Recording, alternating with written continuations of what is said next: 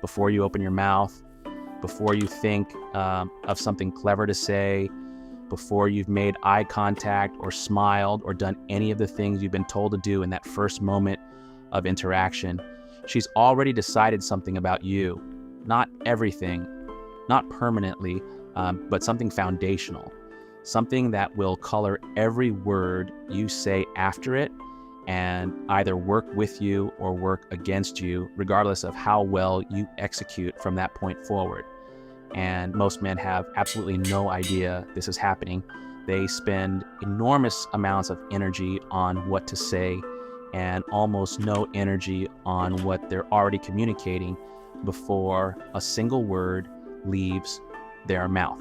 This is what I want to talk about today, not the opener, not the text, not the conversation technique, the thing that comes before all of that, the thing that is honestly more powerful than all of that combined. And once you understand it, really understand it at the level where it changes your behavior, not because you're forcing it to, but because it just makes sense. Everything else starts falling into place in a way that no amount of scripted conversation ever could.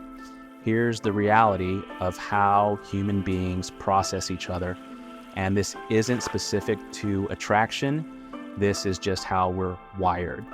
When someone new enters our awareness before our conscious mind has formed a single coherent thought about them, our nervous system has already run a rapid assessment. Safe or unsafe, confident or unsure, someone with weight or someone without it, someone moving towards something or someone drifting. And this assessment happens so fast and so far below the level of conscious thought that by the time we do start consciously thinking about the person, we're already working from a conclusion we formed without knowing we formed it. We're already leaning toward or away from them, already slightly open or slightly closed, already predisposed to find them interesting or to find them forgettable.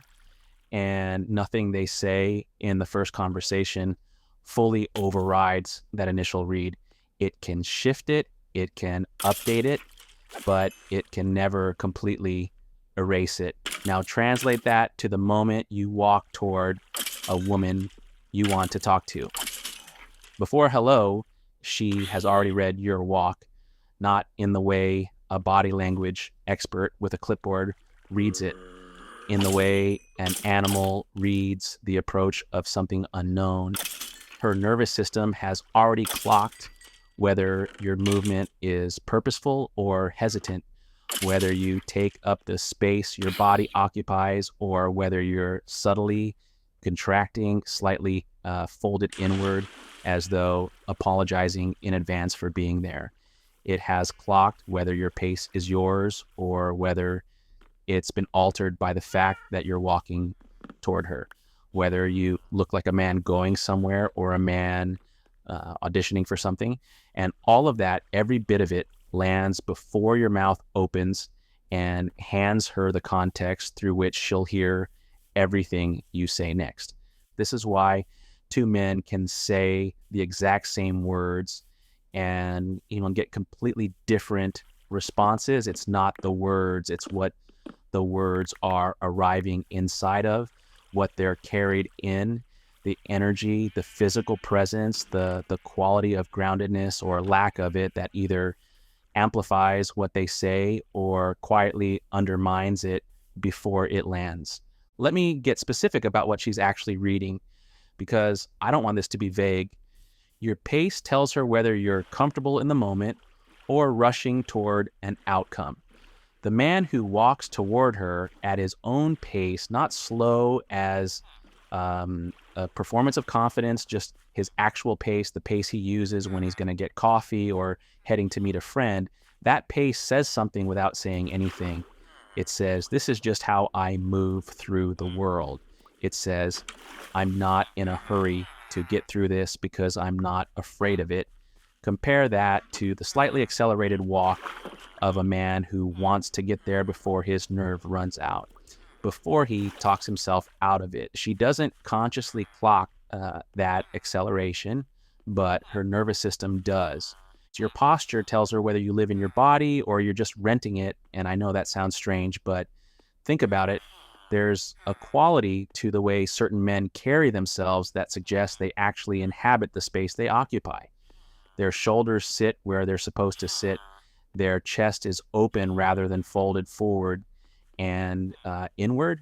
Their head is level, not tilted down in the slight apologetic angle of a man who isn't sure he deserves the space he's taking up, not tilted back in the performed dominance of a man trying too hard to seem unconcerned. Just level, neutral, the posture of someone who is comfortable being exactly where they are. And that comfort, that an ease of physical presence is something she has felt from a man maybe a handful of times in her life. And every time she has, it was memorable because it is genuinely rare and because it creates an immediate and almost involuntary sense of safety that makes her want to stay close to it.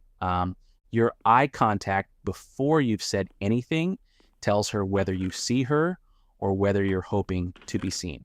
There's a version of eye contact that is looking at someone and a version that is looking at someone while being very aware of being looked back at. One of those is presence, one of those is performance, and they feel completely different to receive. The man who sees her without needing anything back from the seeing, whose gaze is interested and direct and warm without any hunger in it, without any asking, that gaze lands differently than the gaze of a man who is checking to see if she noticed him or looking away too quickly because her noticing him was more than he knew how to hold. She reads all of it, not in words, in feeling, in the way your whole physical presence either adds pressure to the air around her or releases it. Now, here's what I really want to dig into, because the surface answer to everything I've just described is just be confident, and that answer is useless unless we understand what confidence actually is in this context. It is not a posture you put on. It is not a mood you talk yourself into before you walk across the room. It is the natural outward expression of a man who has already answered a question that most men are still carrying as an open and anxious variable. The question is simply, am I enough to be here? And the man who has answered that question, not by convincing himself of it through affirmations or pep talks, but by actually building a life that gives him evidence of it, that man walks across the room differently because he's not walking toward a verdict. He's just walking toward a person. There's nowhere to fail because his sense of himself wasn't staked on the outcome in the first place. And she feels that. She feels the difference between a man walking toward her and a man walking toward a test he's afraid of failing, because those two things move differently. They breathe differently. They occupy space differently. And one of them makes her instinctively open and the other makes her instinctively guard. Let me talk about something that most men don't think about at all. What you're doing before you decide to approach, before you make any move at all.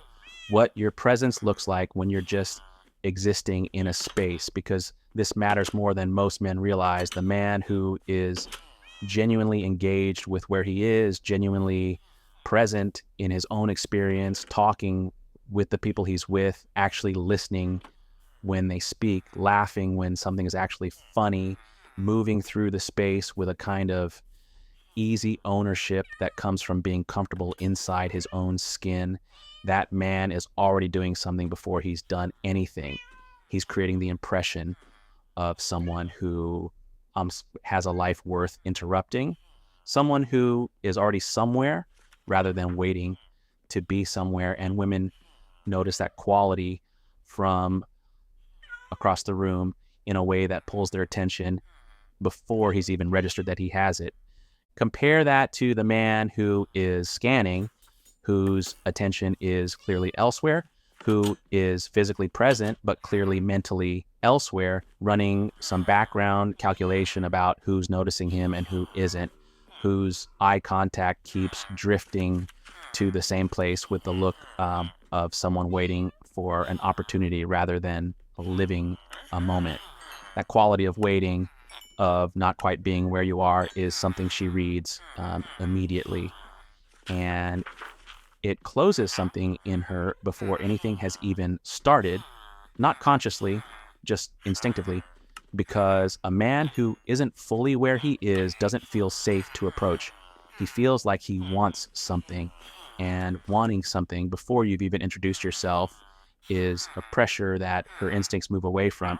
Here's the thing that I think is genuinely the most important part of all of this, and the part most people skip over in a rush to get to the practical advice. Everything I've described, the walk, the posture, the quality of eye contact, the ease of presence, the sense of a man who is already somewhere rather than waiting to be somewhere, none of that is a performance you can sustain. None of that is something you can practice in front of a mirror enough times that it becomes real. It's either genuine or it isn't.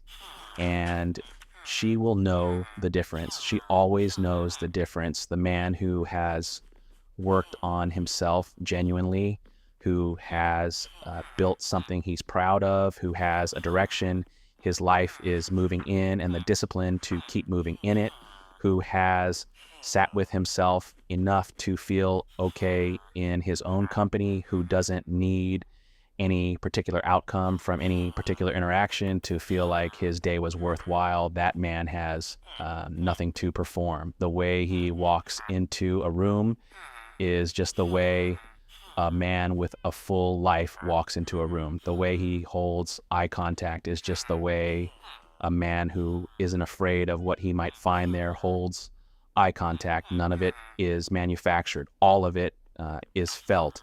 So here's what I'm actually saying underneath all of this. The work that changes what she decides about you before you speak is not the work of practicing approaches. It's not the work of perfecting your body language in front of a camera. It's the work of becoming someone whose natural default state is what you've been trying to perform. And that work is slower and less immediately satisfying and harder to measure than any technique. But it is the only thing that actually sticks, because you can perform a walk for one conversation.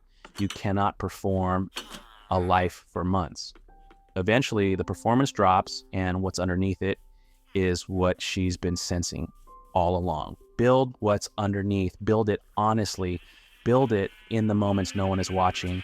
Build it in the early mornings and the difficult conversations with yourself and the choices you make when the easier path is right there and you take the harder one anyway. Build it in the kept promises and the pursued goals and the days you show up for your own life even when you don't feel like it. Build it and then walk into the room and just be it, without announcement, without performance, without needing her to notice it in any particular way at any particular moment. That man, the genuinely built man, the man who is already somewhere before she decides to join him, that man changes what she decides before he said a single word, and every word he says after that is already working with something rather than fighting against it. The conversation starts before hello. Make sure what comes before it is worth the rest.